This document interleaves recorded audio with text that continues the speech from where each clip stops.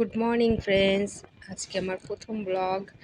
আমি 7টার আগে ঘুম থেকে উঠে গেছি। দেখো, মেয়ে স্কুলে যাবে, রেডি হয়ে গেছে। ওর আজকে তাইকোয়ান্ডো ক্লাস আছে। আমি শুধুমাত্র চুলটাই বেঁধে দিই, ও পুরোপুরি রেডি হয়ে গেছে। আমি ওর চুলটা বেঁধে দিচ্ছি। এদিকে ওর বাবা পাশে শুয়ে আছে, এক্ষুনি উঠবে, ও টিফিনটা রেডি করে দেবে। আমি ওর চুলটা বেঁধে দিয়েছি। ওর বাবা ওই দিক থেকে টিফিনটা গুছিয়ে দিয়েছে। ওর পিসি রুটি করে দিয়ে গেছে। ও বাঁধাকপি আর রুটি নিয়ে যাবে টিফিনে। আর ওর বাবার জল থেকে শুরু করে A to Z রেডি করে ব্যাগে ঢুকিয়ে দিচ্ছে। আর ওর চুলটা বাঁধার পরে দেখো, কোকোকে নিয়ে ও একটু খেলা করছে। কোকো মানে কি বলবো, এত শান্তশিষ্ট, দেখো যেমন খুশি, যেমন মানে রাখছে তেমনি থাকছে। ও এইরকমই সবসময়, এইরকমভাবেই থাকে। আমাদের ও এতটাই ভালোবাসে, আর আমরা ওরে অনেকটাই ভালোবাসি, একটা সন্তানের মতন পুরোপুরি। এবার দেখো, আমাদের আবার কারেন্টটা চলে গেছে এই করতে করতে। আর চারিদিকে সব কিছু বন্ধ, যেহেতু বাইরের থেকে ঠান্ডা ওয়েদার। হ্যাঁ, আমার আবার কি বলতো, শরীরটা ভালো না, তো ওই জন্য আমার আবার ঠান্ডা না লেগে যায় দেখে এখনো দরজা জানলা কিচ্ছু খোলেনি। আর আমি কিন্তু একদম পাতলা হালকা একটা চাদর গায়ে দেওয়া। কারেন্টটা চলে এসছে, দেখো। আর একটা হালকা পাতলা চাদর গায়ে দেওয়া, যাতে ওই ঠান্ডাটা আমার না লাগে। অ্যাকচুয়ালি কিন্তু আমার একটুও ঠান্ডা লাগে না, আমার কিন্তু চাদর না গায়ে দিলেও চলে, তবুও তোমার দাদাভাই ওই দিতে হবে, নাহলে ঠান্ডা লাগবে করে চিৎকার করে। এদিকে কিন্তু আমার রাতে ফ্যান চালিয়ে ঘুমাতে হয়, গায়ে কিছু দিতে হবে করে চিৎকার করে। আমার দাদাভাই মেয়েকে দিয়ে এসে ঘরটা ঝাড় দিয়েছে। দিয়ে বাসি ঘরটা ঝাড় দিয়েই আমায় চা করে দিয়েছে। দেখো, চা করে খাওয়ানোর পর আজকে লেবু জলটা দেয়নি, হয়তো ভুলে গেছে, নাহলে লেবু নেই, ওই জন্য হয়তো দিতে পারেনি।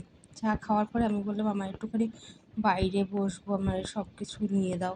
তো তোমার দাদাভাই বাইরে নিয়ে গিয়ে আমায় চেয়ার টেয়ার দিয়ে আমার বসিয়ে দিল। দেওয়ার পরে আমি ওই বসে বসে উল বুনছিলাম, আমার কখনের জন্য একটা মাফলার বানাচ্ছিলাম। এর মধ্যে আবার কি হয়েছে, রেশন দিতে এসছে, রেশন লোক দাদাটা এসছে। বাবান আবার রেশনটা তুলতে তুলতে তোমার দাদাভাই বাজার করে নিয়েও চলে এসছে। আমি আবার দেখতে চাইলাম যে দেখি কি এনেছো বাজার থেকে। দেখি লাল শাক এনেছে, বাঁধাকপি এনেছে, টমেটো এনেছে, নতুন আলু, মাংস। যেহেতু বিকেলবেলা ছেলে মেয়ে বলেছে যে ছাঁচের পিঠে খাবে আর দেশি মুরগির মাংস খাবে, ওই জন্য দাদাভাই নিয়ে এসছে। এদিকে দাদাভাই খেয়ে আবার অফিস যাবে দেখে রেডি হচ্ছিল। তারপরে আমি খেতে দিয়ে স্নান টেনান করে রান্নাটা করে, তোমার দাদাভাই হাফ করেছে রান্না, আমি হাফ করেছি রান্না, দুজনে মিলেই করেছি। করে আমি একটু রেস্ট নিয়েছি। নেওয়ার পরে সন্ধ্যের সময় উঠে আমি আবার রান্নাঘরে গেছি, মেয়েও সঙ্গে গেছে। ও চালের গুঁড়োটা করে দিয়েছে, আমি এদিকে ওরে রেডি করে দিয়েছি। আমি নতুন সাজ, ওই জন্য আমি সাজটাকে ধুয়ে টুয়ে সকালেই রেডি করে রেখেছিলাম। তারপরে আমি আবার আগুন জ্বালিয়ে সাজটাকে বসিয়ে দিয়েছি, কারণ এটাকে নুন দিয়ে ভালো করে পোড়াতে হয়। এটা আমি দেখেছিলাম আমার ঠাকুমারা করতো, আমার ঠাকুমার থেকে শেখা। নুন দিয়ে ভালো করে পুড়িয়ে সেটাকে ডলে ডলে ভালো করে প্লেন করতে হয়।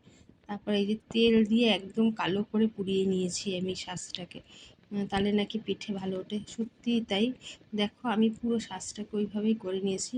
এটা কিন্তু গ্যাসে করার জন্য ছোট সাজ, খুব বড় না, তবুও মোটামুটি বড়।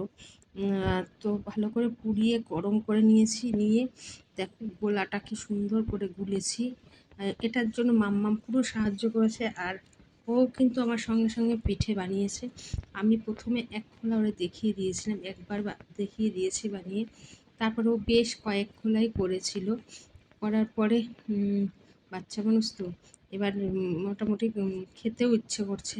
তারপরে আমি বলছি তুই যা খা, আর আমি বানাই। ও তারপরে কি করলো, নিজে নিজে নিয়ে খেতে শুরু করলো।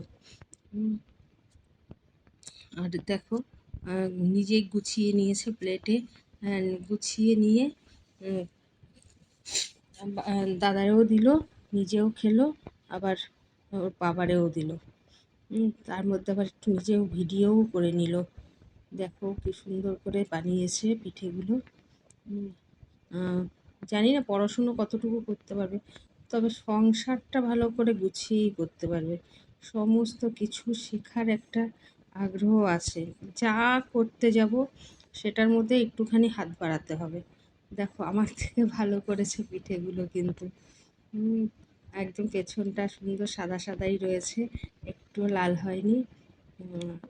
আর আর দেখতেও কিন্তু ভালো হয়েছে। মেয়ে মানুষ তো সব কিছুই শিখতে হবে, আর পরিস্থিতি ওকে অনেক কিছুই শিখিয়ে দিয়েছে।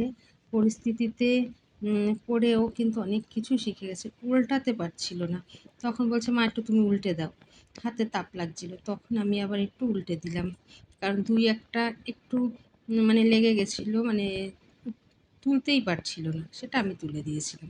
মা এরকম ফুলকো ফুলকো ভাপের পিঠা করেছে। আর এই যে এটা কিসের মাংস বলো তো? দেশি মুরগির মাংস। আজকে খাওয়াটা কিন্তু জমে যাবে আমার।